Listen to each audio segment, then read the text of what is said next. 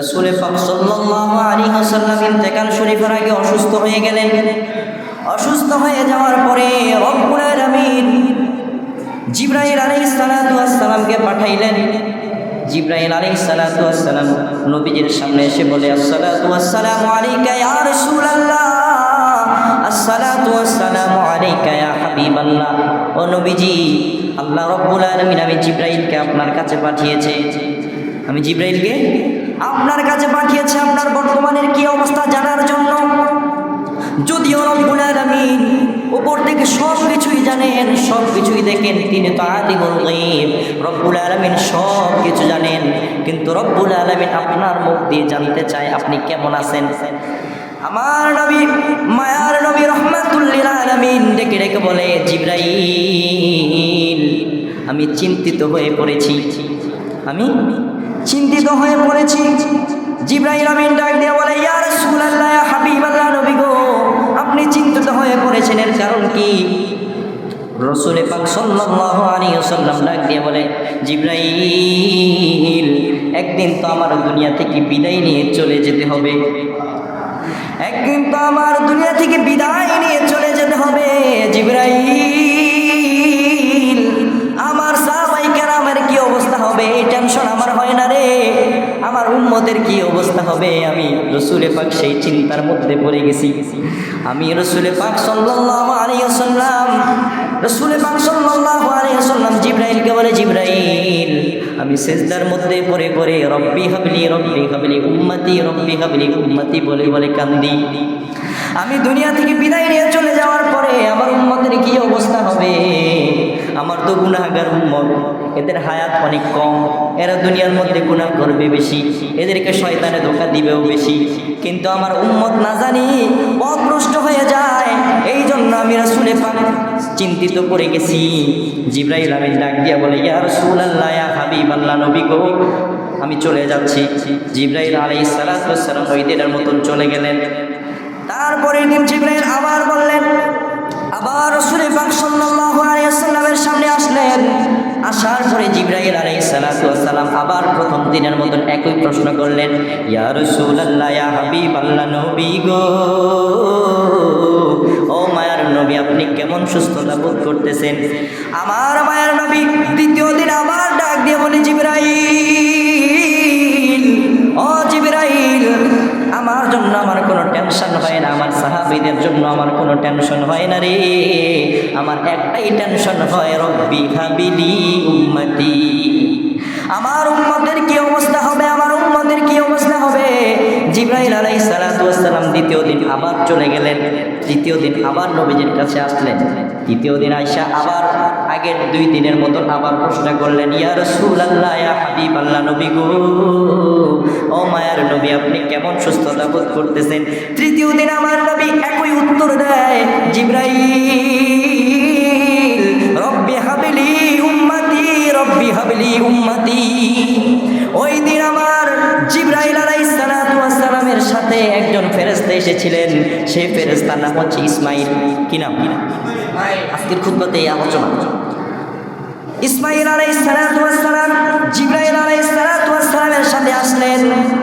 আসার পরে ওই ইসমাঈল আলাইহিস সালাতু ওয়াস সালাম হাজার হাজার কোটি কোটি ফেরেশতাদেরকে নিয়ে আসলেন, হাজার হাজার কোটি কোটি ফেরেশতাদেরকে নিয়ে আসলেন। কোটি কোটি ফেরেশতাদের মধ্যে ওই ইসমাঈল আলাইহিস সালাতু ওয়াস সালাম ছিলেন সবচেয়ে সরদার।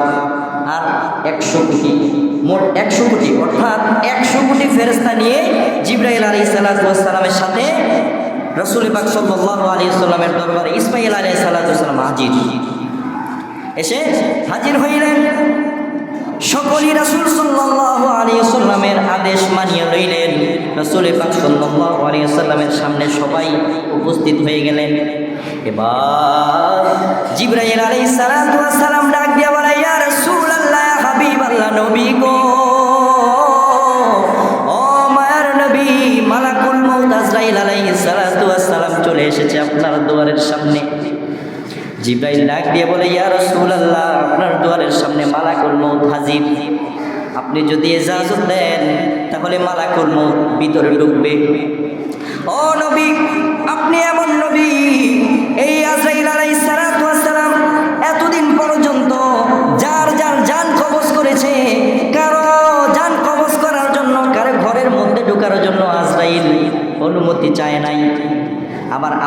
বলে যাদের জান কবজ আজরাইল করবে, কারো ঘরের মধ্যে ঢুকার জন্য, কারো জান কবজ করার জন্য আজরাইল অনুমতি চায় নাই গো নবী।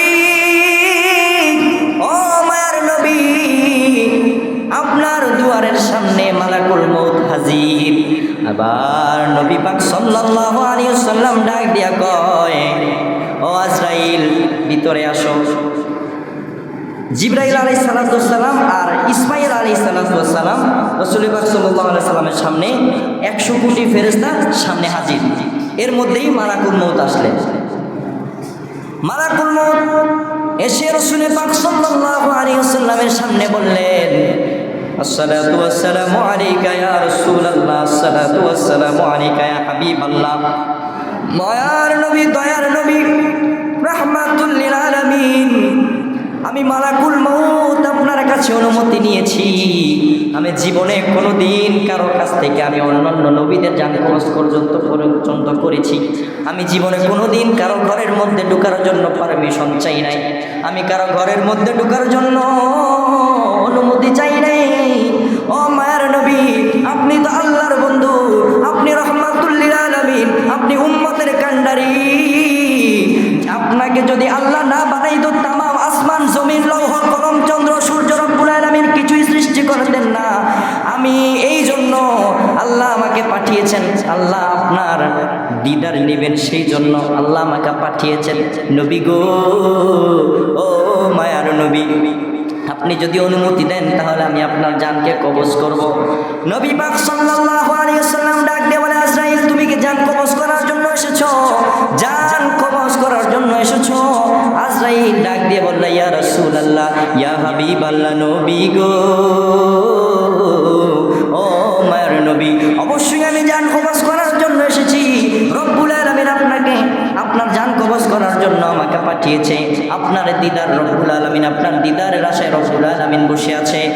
আমার মায়ার নবী ডাক দিয়া কয়, আজরাইল আমাকে দুনিয়া থেকে নিয়ে যাবে, কোনো সমস্যা নাই। আমাকে দুনিয়া থেকে নিয়ে যাবে, কোনো সমস্যা নাই। আবার জিবরাইলকে ডাক দিয়ে বলে, জিবরাইল আমি দুনিয়া থেকে চলে যাব, কোনো সমস্যা নাই রে। আমার উম্মতের জানি কি অবস্থা হবে। আমার নবী এমন নবী, দুনিয়াতে আসার সময় সিজদারত অবস্থায় রব্বি হাবলি উম্মতি, রব্বি হাবলি উম্মতি বলে বলে কাঁদছেন। আবার দুনিয়া থেকে বিদায় নেওয়ার সময়ও আমার নবী রব্বি হাবলি উম্মতি, রব্বি হাবলি উম্মতি বলে বলে কান্দে। তো দুনিয়ার মুসলমান কেমন নবীর উম্মত হইছ? ওই নবীর কতটা সুন্নত তুমি মানো, ওই নবীর কতটা সুন্নত তুমি ছেড়ে দাও। যেই নবী তোমাকে জান্নাতে দেওয়ার আগে নবী নিজেও জান্নাতে ঢুকবে না, এমন নবীর উম্মত তুমি হয়েছো। তারপরেও তুমি রাসূলের সুন্নতগুলো ছেড়ে দাও, নিজের মুখের দাড়িগুলি তুমি কাটে ফেলো। নবীর সুন্নতের পোশাক তোমার পরতে ভালো লাগে না, নবীর সুন্নত তরিকায় তোমার খাইতে ভালো লাগে না, নবীর সুন্নত তরিকায় তোমার চলতে ভালো লাগে না। কিন্তু বন্ধুরা আমার, রাসূলের সুপারিশ ছাড়া জান্নাতে কেউই যেতে পারবেন না। বন্ধুরা আমার, প্যারা হাজিরিন, এবার রাসূল পাক সাল্লাল্লাহু আলাইহি ওয়াসাল্লামের সামনে মালাকুল মউত হাজির, আজরাইল হাজির। আজরাইলকে বলে, আজরাইল যেহেতু আমার মালিক আমাকে ডেকেছে, আমার দিদারের জন্য রাসূল আল্লাহ পাক রব্বুল আলামিন নিজেই বসে রয়েছে, অতএব আমি তোমাকে ইজাজত দিয়ে দিলাম, তুমি জান কবজ করো। সুবহানাল্লাহ বলতেন না? নবী পাক সাল্লাল্লাহু আলাইহি ওয়াসাল্লামের জান কবজ হয়ে গেল। ওই যে ইসমাঈল আলাইহিস সালাম এতগুলো 100 কোটি ফেরেশতা নিয়ে হাজির ছিল। সেই ফেরেশতারা কেন এসেছিল জানেননি? সেই ফেরেশতারা রাসূল পাক সাল্লাল্লাহু আলাইহি ওয়াসাল্লামের রূহ মুবারককে নারায়ে তাকবীর আল্লাহু আকবার, নারায়ে রিসালাতের স্লোগান দিয়ে দিয়ে আসমানের মধ্যে নিয়ে যাবে। তারপরে দ্বিতীয় আসমানের মধ্যে নিয়ে যাবে, তৃতীয় আসমানের মধ্যে নিয়ে যাবে, চতুর্থ আসমানের মধ্যে নিয়ে যাবে, পঞ্চম আসমানের মধ্যে নিয়ে যাবে, ষষ্ঠ আসমানের মধ্যে নিয়ে যাবে, সপ্তম আসমানের মধ্যে নিয়ে যাবে। তারপরে আল্লাহ রব্বুল আলামিনের ওই আরশে কুরসির মধ্যে রব্বুল আলামিনের কাছে এই রাসূল পাক সাল্লাল্লাহু আলাইহি ওয়াসাল্লামের রূহ মুবারককে নিয়ে যাবেন। সেখানের মধ্যেই রাসূল পাক সাল্লাল্লাহু আলাইহি ওয়াসাল্লাম আল্লাহ রব্বুল আলামিনের মধ্যে দিদার নসিব হবে, সেখানে তাদের প্রেমের খেলা হবে। এবার সেই ফেরেশতারা রাসূল পাক সাল্লাল্লাহু আলাইহি ওয়াসাল্লামের রূহ মুবারককে নিয়ে উপরে চলে গেলেন। আর আরেক দিক দিয়ে রাসূল সাল্লাল্লাহু আলাইহি ওয়াসাল্লামের ইন্তেকাল হয়ে গেল। রাসূল সাল্লাল্লাহু আলাইহি ওয়াসাল্লামের ইন্তেকাল হয়ে যাওয়ার পরে রাসূল পাক সাল্লাল্লাহু আলাইহি ওয়াসাল্লামের পরিবারের মধ্যে যারা ছিলেন সবাই কান্নাকাটি শুরু করে দিল, কান্নার রোল পড়ে গেল। এমন সময় ঘরের মধ্য থেকে একজনে গাইবী আওয়াজ দিয়ে বলল, তোমরা কান্নাকাটি করো না, কান্নাকাটি করো না। রাসূল পাক সাল্লাল্লাহু আলাইহি ওয়াসাল্লাম তোমাদের মধ্যে হয়তো বিদায় নিয়েছে, আর কোন রাসূল তোমাদের মধ্যে আসবে না।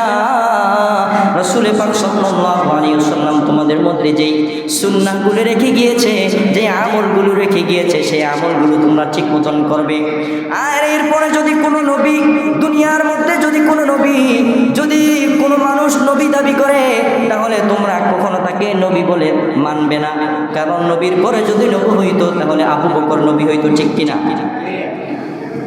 নবীর পরে যদি নবী হইতো তাহলে আবু বকর নবী হইতো। কিন্তু রাসূল পাক সাল্লাল্লাহু আলাইহি ওয়াসাল্লাম হাদিস শরীফের মধ্যে বললেন, আনা খাতামুন নাবিয়্যিনা লা নাবিয়্যা বা'দি, আমি হইলাম শেষ নবী, আমার পরে আর কোনো নবী আসবে না। অতএব আমি রাসূল যেই সুন্নাহগুলো তোমাদেরকে দিয়ে গেলাম, যে আমলগুলো তোমাদেরকে দিয়ে গেলাম, আমি রাসূল যেইভাবে চলেছি, যেইভাবে কথা বলেছি, যেইভাবে নামাজ আদায় করেছি, তোমরা সেইভাবে নিজেদের জীবনকে গঠন করো। রব্বুল আলামিন আমাদের সকলকে রাসূল পাক সাল্লাল্লাহু আলাইহি ওয়াসাল্লামের সুন্নাহ অনুযায়ী জীবনকে পরিচালনা করার তৌফিক দান করুক। সবাই পড়ি আমিন। ওয়া আখিরি দাওয়ানা আনিল